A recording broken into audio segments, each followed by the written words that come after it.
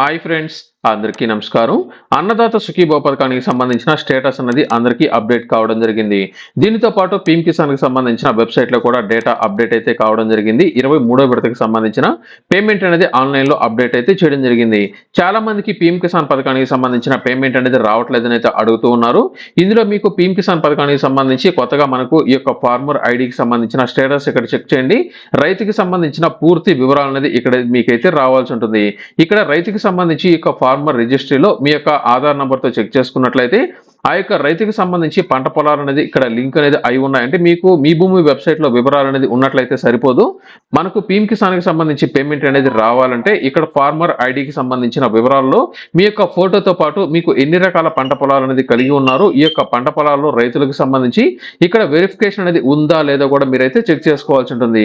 దీనితో పాటు ఇక్కడ చూసుకున్నట్లయితే కొంతమందికి సంబంధించిన ఈ యొక్క సెల్ఫ్ రిజిస్టర్డ్ అంటే సొంతంగా ఎవరైతే ఆన్లైన్ లో రిజిస్ట్రేషన్ చేసుకున్న వారితో పాటు ఈ యొక్క సిఎస్సి సెంటర్ల ద్వారా ఎవరైతే రిజిస్ట్రేషన్ అనేది చేసుకున్నారో ఇందులో కొంతమందికి సంబంధించిన అప్లికేషన్ అనేది రిజెక్ట్ అయితే కావడం జరిగింది.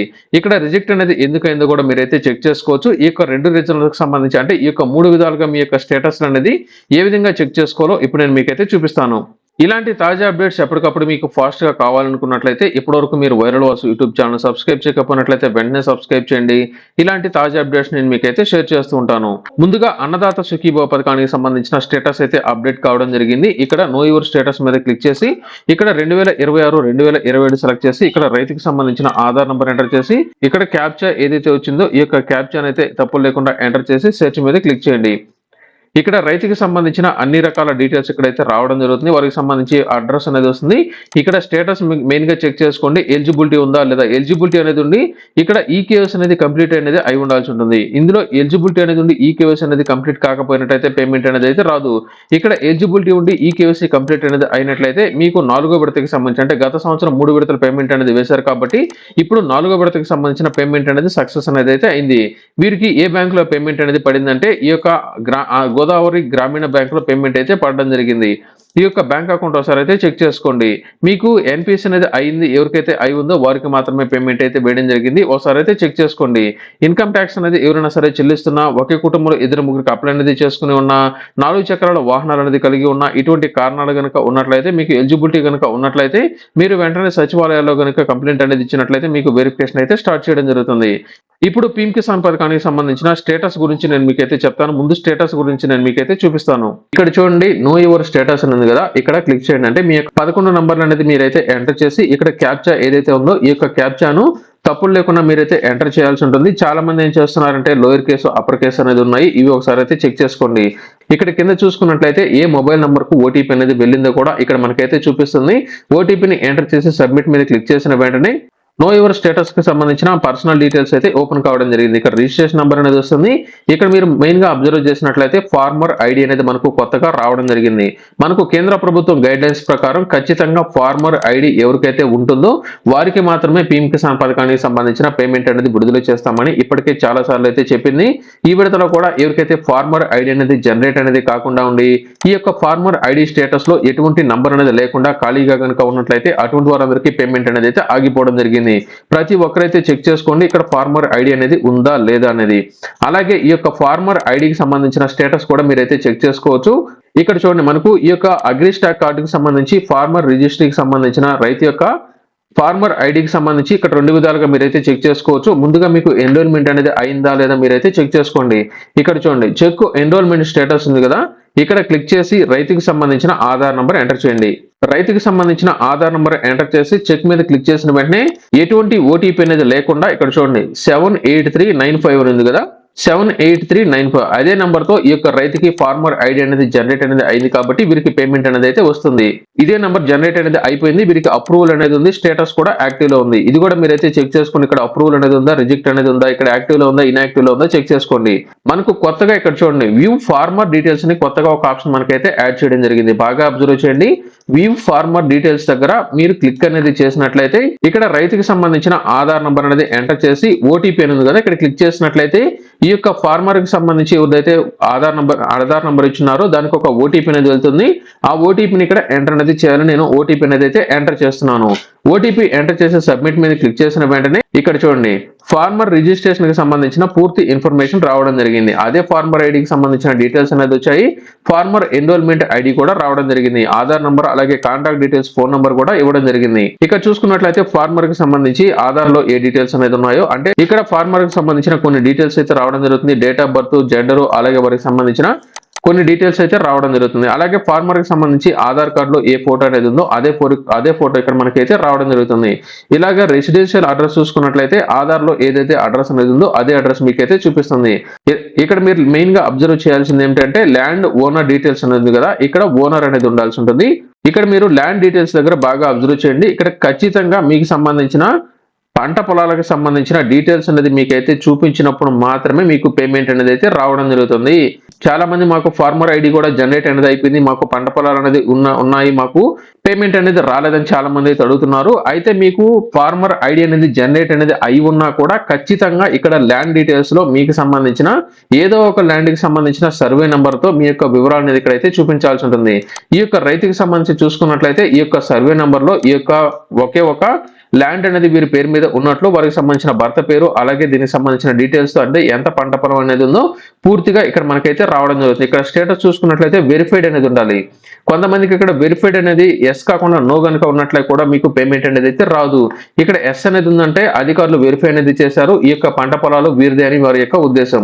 ఒకవేళ ఇక్కడ నో గనుక ఉన్నట్లయితే ఇంకా వెరిఫికేషన్ అనేది కాలేదు కాబట్టి మీ పేరు మీద ఎటువంటి పంట పొలాలు అనేది లేదు దాని యొక్క ఉద్దేశం. ఇక్కడ ఎప్పుడైతే ఎస్ అనేది వస్తుందో అప్పుడు ఆటోమేటిక్ గా మీకు పేమెంట్ అనేది అయితే రావడం జరుగుతుంది. ఈ విధంగా రైతుకి సంబంధించిన అన్ని డీటెయిల్స్, ఈ యొక్క ఫార్మర్ కి సంబంధించిన డీటెయిల్స్ ని మీరైతే చెక్ చేసుకోండి. ఇక్కడ ఫార్మర్ ఐడి అనేది ఖచ్చితంగా జనరేట్ అనేది అయితే అయి ఉండాల్సి ఉంటుంది. ఇది పర్సనల్ ఇన్ఫర్మేషన్ కి సంబంధించి. ఇక రెండవది ఎలిజిబిలిటీ స్టేటస్. ఈ యొక్క ఎలిజిబిలిటీ స్టేటస్ లో తప్పనిసరిగా పంట పొలాలకు ఆధార్ నంబర్ లింక్ అనేది అవ్వాలి, ఈకేవైసీ కంప్లీట్ చేయాలి పీఎం కిసాన్ కి, అలాగే బ్యాంక్ అకౌంట్ కు ఆధార్ నంబర్ లింక్ అనేది అయి ఉండి ఎన్పిసి అనేది అయి ఉండాల్సి ఉంటుంది. ఇక్కడ 3 గ్రీన్ కలర్ లో ఉన్నాయి కాబట్టి వీడికి పేమెంట్ అనేది అయితే వస్తుంది. ఇక మెయిన్ గా చూసుకున్నట్లయితే లేటెస్ట్ ఇన్స్టాల్మెంట్ డీటెయిల్స్ అంటే పేమెంట్ కి సంబంధించి ఇక్కడ మనకు 23వ విడత ఉండాల్సి ఉంటుంది. వీరికి 20వ విడత పేమెంట్ అనేది వస్తుంది. ఎవరికైతే పీఎం కిసాన్ స్టార్ట్ అయినప్పటి నుంచి అన్ని విడతల పేమెంట్ అనేది పడుతుందో ఇక్కడ 23 మీకు అయితే చూపిస్తుంది. అంటే మీరు రిజిస్ట్రేషన్ అనేది చేసుకున్న తర్వాత ఎప్పటి నుంచి పేమెంట్ అనేది పడిందో అప్పటి నుంచి మీకు కౌంట్ డౌన్ అనేది స్టార్ట్ అనేది అవుతుంది. కాబట్టి వీరికి వరుసగా 20 విడతల పేమెంట్ అనేది పడింది. మొదట్లో 3 విడతలకు వీరు అప్లై అనేది చేసుకోలేదు కాబట్టి 3 విడతలు లేట్ గా అప్లై అనేది చేసుకున్నారు కాబట్టి వీరికి 20 విడత పేమెంట్ అనేది అయితే చూపిస్తుంది. ఇక్కడ ఎఫ్టిఓ ప్రాసెస్ దగ్గర ఎస్ అనేది ఉంది.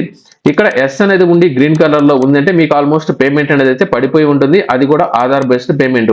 అయితే ఇంకా ఇక్కడ పేమెంట్ స్టేటస్ కి సంబంధించి ఏ బ్యాంక్ అకౌంట్ పడిందో మీకు ఇక్కడ డేటా అనేది ఇంకా అప్డేట్ అయితే కాలేదు. ఒకవేళ మీకు ఇక్కడ రెడ్ కలర్ లో కనుక చూపించి ఉండి నో కనుక ఉన్నట్లయితే మీకు పేమెంట్ అయితే రాదు. ఎందుకు పేమెంట్ అనేది పడలేదో రీజన్ అనేది మరొక 2 రోజుల్లో అప్డేట్ అనేది అయితే అవుతుంది. ఇక్కడ ఎఫ్టి అంటే ఫండ్ ట్రాన్స్ఫర్ ఆర్డర్ అనేది మీకు ప్రాసెస్ అనేది అయిపోయి ఉండి ఇక్కడ గ్రీన్ కలర్ లో ఎస్ అనేది ఉన్నట్లయితే నాకు తెలిసిన వీరికి అంటే ఇప్పుడు ఎవరిదైతే నేను ఈ యొక్క పీఎం కిసాన్ అకౌంట్ అనేది చూస్తున్నాను వీరికి ఆల్రెడీ మొదటి రోజే పేమెంట్ అనేది అయితే సాయంత్రానికి అయితే పడిపోవడం జరిగింది. ఇంకా ఆన్లైన్ లో స్టేటస్ అయితే అప్డేట్ అయితే కాలేదు. ఇక్కడ ఎస్ అనేది ఉందంటే మీకు ఆల్మోస్ట్ పేమెంట్ అనేది అయితే ఇప్పటి వరకు పడకపోయినా కూడా 2-3 రోజుల్లో మీకు పేమెంట్ అనేది అయితే పడేదానికి ఛాన్స్ అనేది ఉంది.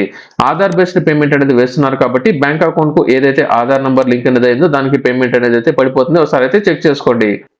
అలాగే గతంలో చాలా మంది ఈ యొక్క పీఎం కిసాన్ కి సంబంధించిన వెబ్సైట్ లో కానీ లేకపోతే సిఎస్సి సెంటర్ల ద్వారా ఎవరైతే అప్లై అనేది చేసుకుని ఉన్నారో ఆ యొక్క రైతులు ఇక్కడ చూసుకున్నట్లయితే ఇక్కడ మీకు సంబంధించిన ఈ యొక్క డేటా అనేది చెక్ చేసుకున్నట్లయితే ఇక్కడ అంటే మీరు సెల్ఫ్ రిజిస్ట్రేషన్ చేసుకున్నారా లేకపోతే ఈ యొక్క సిఎస్సి సెంటర్ ద్వారా చెక్ చేసుకున్నారు అనేది ఇక్కడ మీరైతే చెక్ చేసుకోవాల్సి ఉంటుంది. ఇక్కడ చూడండి ఈ ఆప్షన్ అనేది మనకు status of self register farmer లేకపోతే సిఎస్సి ఫార్మర్స్ అనేది కదా, ఇక్కడ క్లిక్ అనేది చేసి మీరు వెంటనే దీనికి సంబంధించి కనుక చూసుకున్నట్లయితే ఇక్కడ ఈ యొక్క రైతుకి సంబంధించిన ఆధార్ నంబర్ అనేది ఎంటర్ అనేది చేసిన వెంటనే ఇక్కడ క్యాప్చా ఎంటర్ చేసి సెర్చ్ మీద క్లిక్ చేసినట్లయితే ఆ యొక్క రైతుకి సంబంధించిన అప్లికేషన్ అయితే మీరైతే చెక్ చేసుకోవచ్చు. ఇక్కడ చూసుకున్నట్లయితే మీకు అప్లికేషన్ అనేది రిజెక్ట్ కానీ లేదా ఏదైనా సరే ప్రాబ్లం కనుక ఉన్నప్పుడు మాత్రమే ఇక్కడ మీకైతే చూపిస్తుంది. డైరెక్ట్ గా మీకు సంబంధించి ఎలిజిబిలిటీ కనుక ఉన్నట్లయితే ఇక్కడ నో డేటా ఫౌండ్ అనేది వస్తుంది. ఇక్కడ ఈ యొక్క రైతుకి సంబంధించిన అప్లికేషన్ అనేది రిజెక్ట్ అనేది అయింది కాబట్టి ఇక్కడైతే చూపిస్తుంది. చాలా మంది రైతులకు సంబంధించిన డేటా అనేది సరిగా లేకపోవడం లేదా వారు కొన్ని డేటా అనేది మిస్ అనేది చేయడం, సక్రమంగా అప్లోడ్ అనేది చేయకపోవడంతో వారి యొక్క అప్లికేషన్ అనేది రిజెక్ట్ అనేది అయితే అవుతున్నాయి. ఒకసారి మీ యొక్క అప్లికేషన్ కనుక రిజెక్ట్ అనేది అయినట్లయితే చాలా వరకు మీకు పేమెంట్ అనేది అయితే పడకపోవచ్చు. దీనికి సంబంధించి చాలా మంది దగ్గర ఈ యొక్క డాక్యుమెంట్స్ అనేది వెరిఫై అనేది చేయించుకొని అప్పుడు మీరు వ్యవసాయ శాఖకు సంబంధించిన అధికారుల ద్వారా అప్లోడ్ అయితే చేయించుకోవాల్సి ఉంటుంది. ఓసారి మీరు అప్లోడ్ అనేది చేసేటప్పుడే 1కి 2 సార్లు మీరైతే చెక్ చేసుకోవాల్సి ఉంటుంది. రైతుకి సంబంధించి ఖచ్చితంగా పీఎం కిసాన్ డబ్బులు పడాలంటే మీకు ముందుగా రేషన్ కార్డు అనేది ఉండాల్సి ఉంటుంది. రేషన్ కార్డుకి సంబంధించి ఏదైతే రైతుకి సంబంధించిన ఆధార్ నంబర్ అనేది ఉందో ఇదే ఆధార్ నంబరు రైతుకి సంబంధించిన పట్టాదారు పాస్ పుస్తకాలకు లింక్ అనేది అయి ఉండాల్సి ఉంటుంది. అదే పాస్ పుస్తకంలో ఎవరి పేర్లు అయితే ఉన్నాయో వారికి బ్యాంక్ అకౌంట్ అనేది సక్రమంగా లింక్ అనేది అయి ఉండాల్సి ఉంటుంది. అలాగే ఖచ్చితంగా ఫార్మర్ రిజిస్ట్రీలో రైతుకి సంబంధించి యొక్క గుర్తింపు సంఖ్య అనేది నమోదు అనేది అయి ఉండాల్సి ఉంటుంది. ఇవి అన్ని ఉన్నా కూడా ఖచ్చితంగా మీకు ఈ యొక్క పీఎం కిసాన్ కి సంబంధించి ఈకేవైసీ అనేది కంప్లీట్ అనేది అయి ఉండాల్సి ఉంటుంది. ఇవి అన్ని ఉన్నా కూడా ఖచ్చితంగా మీ యొక్క బ్యాంక్ అకౌంట్ కు ఆధార్ నంబర్ లింక్ అనేది అయి ఉండి అందులో మీకు ఎన్పిఎస్ అనేది చేపించుకుని ఉన్నట్లయితే అందులో కూడా డీబీటీ అనేది యాక్టివేషన్ అనేది ఉన్నప్పుడు మాత్రమే మీకు ఈ యొక్క పేమెంట్ మీకు అయితే రావడం జరుగుతుంది. అంటే ఒక మాటలో చెప్పాలంటే రైతు యొక్క పేరు, అలాగే రేషన్ కార్డులో పేరు, అలాగే ఈ యొక్క హౌస్ హోల్డింగ్ మ్యాపింగ్ లో డేటాలో పేరు, అలాగే రైతుకి సంబంధించిన బ్యాంక్ అకౌంట్ లో పేరు, పట్టాదారు పాస్ పుస్తకాల్లో పేరు, అలాగే ఎన్పిఎస్ అయ్యిందా లేదా చెక్ చేసుకోవాలన్నట్లయితే 1 కాదు 2 కాదు 5 నుంచి 6 ఆప్షన్ అనేది మీరు అన్నిట్లో ఒకే పేరు అనేది ఉండాల్సి ఉంటుంది. అన్నిట్లో ఆధార్ నంబర్ లింక్ అనేది అయి ఉండాల్సి ఉంటుంది. అన్ని వెరిఫికేషన్ అనేది ఖచ్చితంగా ఈకేవైసీ అనేది కంప్లీట్ అనేది అయినప్పుడు మాత్రమే మీకు పేమెంట్ అనేది అయితే పడుతుంది. ఇది ప్రస్తుతానికి ఈ యొక్క పీఎం కిసాన్ అలాగే అన్నదాత సుఖీభావ పథకానికి సంబంధించి